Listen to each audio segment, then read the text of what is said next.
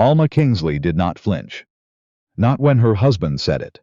Not when the laughter moved around Senator Wynn's long table like a wave touching each face in turn and retreating. Not when she felt 42 pairs of eyes find her at once, arranged in the careful, pitying expression of people who were grateful the moment was not happening to them. She lifted her water glass, she drank, she set it back on the linen with steady hands. Cedric Kingsley was still speaking, still holding court from the far end of the table where he sat nearest to Senator Wynn, which was where the most important men always sat. He was explaining why the Kingsley textile expansion into the Ohio market was not, as one of the other guests had suggested, a question worth consulting his wife about. He was doing it pleasantly. He had a pleasant way of being cruel. Alma had noticed that in the first month of their marriage, and filed it away like an entry in a ledger. Noted, category determined, column assigned. "My wife keeps excellent household accounts," Cedric said, turning his glass slowly between his fingers. "Which is precisely the extent of what I'd ask from her.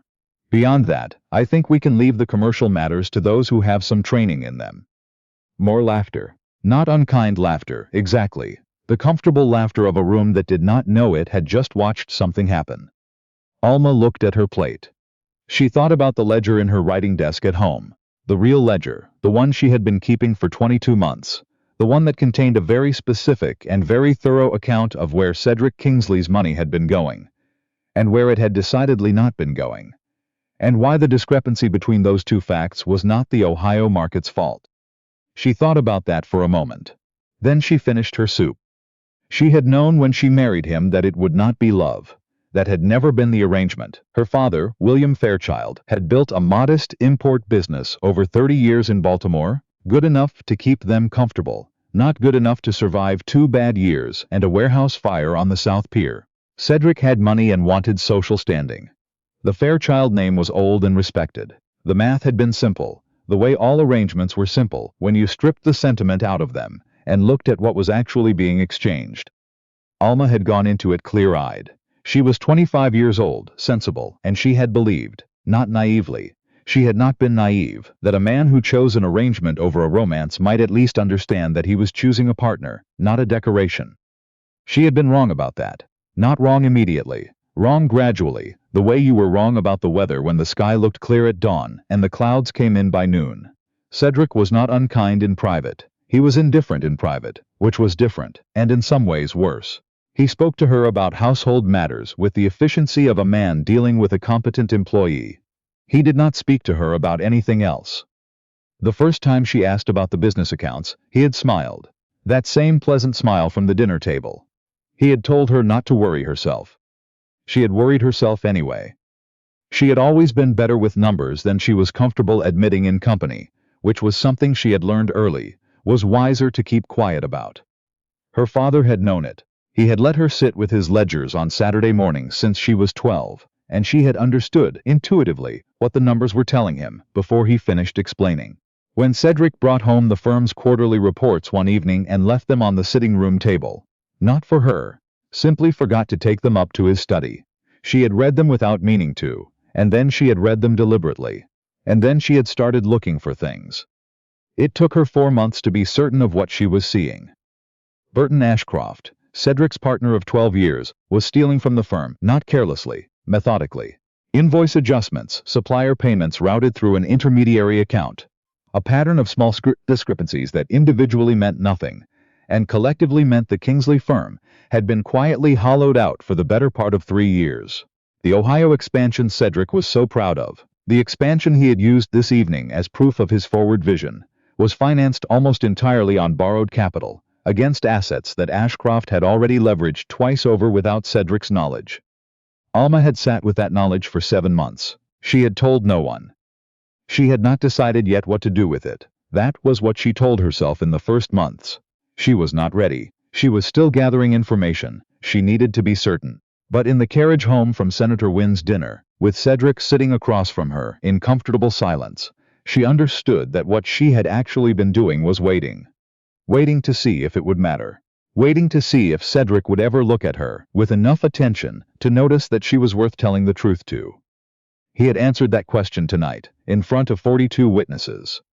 She looked out the carriage window at the lit streets of Baltimore sliding past. She felt something that was not grief, not yet. Something more like the specific, clean sensation of a decision settling into place. She went to Felix Granby's office on a Tuesday morning, 10 days after the Wynn dinner. Granby had handled the Fairchild estate matters for 6 years, which meant he had sat across from her father's desk and across from Elma's desk after that, and he had learned in those 6 years that Elma Fairchild, now Elma Kingsley, was not a woman who asked questions she already knew the answer to. She always knew the answer to at least half of what she asked. She asked because she wanted him to confirm what she already understood, or to fill in the portion she didn't. He received her without the particular strained courtesy some men adopted when a woman came to them with something they suspected was complicated. He simply said, "Sit down, Mrs. Kingsley," and waited. "I want to understand something," Alma said. "Under Maryland law, the settlement funds from my father's estate, the portion held in my name specifically, what is my current legal standing with respect to those funds?" Granby was quiet for a moment. "The Fairchild Trust is maintained separately. You have independent standing to direct those assets." He paused. "This is about more than the trust." "It usually is," she agreed. He looked at her carefully. "What do you need?" She set her hands in her lap. "I need to know how to establish a commercial account in my own name. I need to know what my legal position is if I were to make a series of financial disclosures to the State Banking Commission. And I need to know what a wife's liability is if her husband's business partner has been committing fraud and the wife had knowledge of it and did not report it promptly." The office went very quiet. Granby pressed 2 fingers to his mouth. It was the gesture he made when he was working through something he needed to get right before he opened it up. Alma waited. She had learned to wait. "How long have you had the documentation?" he asked finally. 7 months. He nodded once. He did not ask why she had waited. She appreciated that more than she could say. "All right," he said, and reached for his pen. "Let's start from the beginning."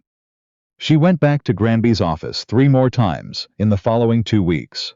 She learned that her position with respect to the Fairchild Trust was considerably stronger than she had understood. Her father's lawyer had been more careful than she'd known. She learned that a voluntary disclosure made proactively to the Banking Commission carried significantly different consequences than one made after the fraud was discovered through other means. She learned that the pattern she had documented was, in Granby's careful language, thorough enough to hand a commission everything it needed without requiring anything further from her. She established the account. She moved the Fairchild Trust assets through Granby's office into a structure that was entirely her own, separate from the Kingsley estate in every meaningful legal sense. She did this without drama and without telling Cedric. It was not revenge. She was clear with herself about that. It was foundation. It was what you built when you finally understood that no one else was going to build it for you. The letter from Lena Ashcroft arrived on a Thursday afternoon in the 3rd week of October. Alma knew the name, Burton Ashcroft's wife, a small, quiet woman she had spoken to perhaps 6 times over 2 years at various social occasions. She had not had a particular impression of her either way. Lena Ashcroft was the kind of woman who had learned to make herself very unnoticeable in rooms where her husband was the center of attention. Alma recognized that quality. She had been working on eliminating it in herself. The letter was 2 paragraphs. The handwriting was careful, controlled. The script of someone who had written and rewritten before committing to the final version. It said, "I do not know if this is my place to say.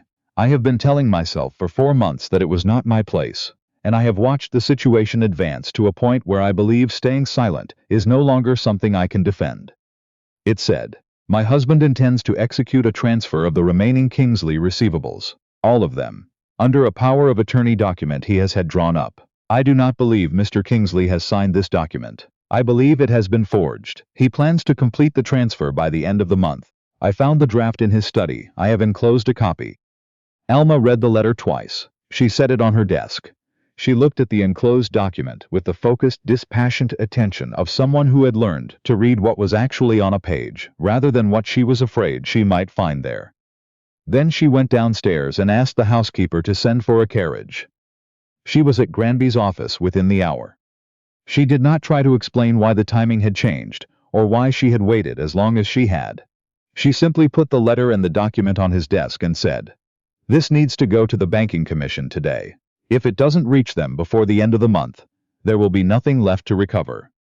Granby read it. He set it down. He looked at her with an expression she had not seen from him before, not surprise, but something closer to recognition. The expression of a man who had been watching a thing unfold correctly, and was only now fully understanding what correct looked like. "I'll go personally," he said, "this afternoon." "Good." She stood. "Mrs. Kingsley." She paused at the door. "What you've put together over these months. The documentation, the pattern, the timeline. I've worked with men who had formal training and institutional access who wouldn't have been as thorough." He held her gaze. "I want you to know that." "I know it," she said. "I just needed to be sure you knew it too." She was at home when Cedric came into the sitting room that evening, with a look she had not seen on him before. Not the pleasant, polished certainty she was accustomed to. Something had gone out of him, quietly, the way heat went out of a room when the fire died down. He stood in the doorway for a long moment. She did not put down her pen. "The banking commission came to the office," he said. She waited. "They've arrested Burton." His voice was careful. She could hear what it cost him to keep it that way. "They had documentation, a full account, invoices, the intermediary payments, everything, the forged power of attorney." He paused. "They told me the disclosure came from a private source, a lawyer named Granby." "Felix Granby handles my family's estate matters," she said. "He has for years." Cedric looked at her. She saw the question forming before he asked it. "How long have you known?" he asked. She set down her pen. 7 months. The room was very still. 7 months. He said it the way a man repeated something he needed to hear twice to fully absorb. "You knew for 7 months." "I kept the household accounts," she said. "Which, as you explained to Senator Wynn's dinner table 2 weeks ago, is precisely the extent of what you asked from me." She let that sit for a moment. "I went further." Something moved across his face. Not shame exactly, not yet. Something earlier and rawer than shame. The specific expression of a man beginning to understand the distance between what he assumed and what was true. "You could have told me," he said. "I considered it," she said, "many times." She looked at him steadily. "I kept waiting for you to ask." He said nothing. "You never asked, Cedric." Her voice was not cold. Coldness required energy she no longer had to spend on him. It was simply honest. "Not once in 22 months. Did you ask what I thought about anything that mattered? You thanked me for the household accounts. You told me not to worry myself about the rest. You told a room full of Baltimore's most prominent families that my understanding of business was charming and irrelevant." She picked up her pen again. "I decided to stop offering." He stood there. She had wondered sometimes what this moment would feel like. The moment when he finally understood what he had been living next to without seeing. She had imagined it would feel like something large. A reckoning. A shift. It felt very quiet. Necessary, but quiet. "The firm would have been destroyed," he said, "without what you sent to Granby. The transfer would have gone through by the end of the month." "Yes," she said. "I would have had nothing left." "Yes." He looked at her for a long moment. She could see him searching her face for something, some trace of the compliance he had relied on, some version of her that would meet him in the comfortable middle and let the difficult part be left unexamined. He wasn't going to find it. "What do you want?" he asked. His voice had gone flat in the way voices went when the performance had been stripped out, and only the actual question remained. "I want exactly what I've been building for the past 3 weeks without your knowledge or assistance," she said. "I've separated the Fairchild Trust assets. I have an independent account. I have a legal position that does not depend on the Kingsley estate." She held his gaze. "I have established what I should have been permitted to establish 2 years ago." He was quiet. "I don't want your gratitude," she said. "I didn't do this for you. I did it because Burton Ashcroft's workers would have lost their wages in the transfer. Because the investors who trusted the Kingsley name would have had no recourse. Because I had information that was true and the people who needed it didn't have it." She paused. "That's all." Cedric Kingsley stood in the doorway of his own sitting room and looked at his wife. He thought about the water glass she had lifted with steady hands at Senator Wynn's table. He thought about the 7 months she had carried a full accounting of his near ruin and managed it more carefully than any partner he had ever hired. He thought, for the first time, about what it had cost her to hold all of that and say nothing to a man who had told a room full of witnesses that she wasn't worth consulting. He said nothing. He simply stood and understood and let the understanding be uncomfortable, which was, she would think later, possibly the most honest thing he had ever done. Society noticed. the way society always noticed when the shape of a situation changed. It did not happen immediately. Nothing in their world happened immediately. But in the weeks after Burton Ashcroft's arrest, after the Banking Commission's report became, in carefully managed portions, the subject of drawing room conversation across Baltimore, something shifted in the way Alma Kingsley was regarded. Not a reversal. Not the city collectively deciding it had been wrong about her. It was subtler than that. The difference between being invisible and being looked at directly. Mrs. Granfield stopped her at the symphony in November. Not to say anything of consequence, just to ask after her father's business, and to mention that she had heard the Fairchild import accounts were being restructured under Alma's management. She had heard correctly. Alma told her so. Florence Bancroft came to call on a Wednesday morning, without announcing herself in advance, which was how Florence Bancroft did everything. She was 61 years old, had been widowed for 14 years, and had managed the Bancroft holdings through 2 market contractions, and 1 catastrophically bad investment her husband had made 6 months before his death, which she had spent 3 years quietly resolving, without ever telling the full story, to anyone who didn't need to know it. She sat in Alma's parlor, accepted tea, and looked at Alma with the considering expression of a woman who had made her own assessments, and was comparing them to what she found in front of her. "I've been watching you for 2 years, Florence said, since the wedding. I do that with young women who marry arrangements. I watch to see what they do with it." "And what have you seen?" Alma asked. "Someone who has been underestimated so consistently that she started to wonder if they were right." Florence set down her cup. They weren't. It was the most direct thing anyone had said to her in recent memory. Alma found, somewhat to her own surprise, that she was glad to hear it. "The Fairchild import business," Florence said. "You're restructuring it yourself." "I am. I have some capital that needs placement," Florence said. "Not a large amount. But I have spent 14 years placing it only with people I trust to understand what they're doing, and to tell me the truth about it." She tilted her head. "I think you might qualify." "Come see the accounts before you decide anything," Alma said. "But I'm listening." She was still at her writing desk that evening, when Cedric came to find her. Not in the sitting room this time, but in the small study off the library where she had moved her desk 3 weeks ago. Because the morning light was better. He knocked. She had not expected that. "Come in," she said. He stood inside the door. He looked at the papers spread across the desk, at the lamp burning against the early dark outside. He looked like a man who had decided to say something and was finding the right beginning. "I spoke with Granby," he said. "He told me, with your permission, what you've been doing these past weeks, the independent account, the Fairchild restructuring." He paused. "He told me you had everything in place before you sent him to the commission." "Yes," she said. "You weren't waiting for a thank you." "No." He came further into the room. He did not sit. He stood with his hands at his sides, which was an unusual posture for Cedric Kingsley, who was accustomed to rooms arranging themselves around him, and had developed the particular ease of a man who expected that. "I've been thinking about what you said, that you waited for me to ask." He stopped. "I didn't understand what I was failing to ask. I thought I knew what this marriage was. I thought I knew what you were." He looked at the papers on her desk. "I was wrong about both." Alma set down her pen. She looked at him. This was not the man who had addressed Senator Wynn's dinner table. This was something earlier and less finished than that man, which was, she thought, considerably more promising. "That's a frank thing to say," she said. "You've always responded better to Frank," he said. "I noticed that. It took me longer than it should have to do anything with it." She was quiet for a moment. "I'm not in the same place I was at the start of this," she said finally. "I have my own account, my own work, my own legal standing. None of that changes because you've had a difficult month." "I know," he said. "I'm not asking you to give any of that up." He held her gaze.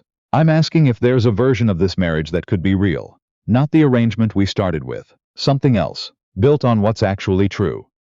She looked at him for a long moment. She thought about the dinner party, and the water glass, and the 42 faces arranged in careful pity. She thought about the ledger, and Granby's office, and Florence Bancroft saying someone who has been underestimated so consistently that she started to wonder if they were right.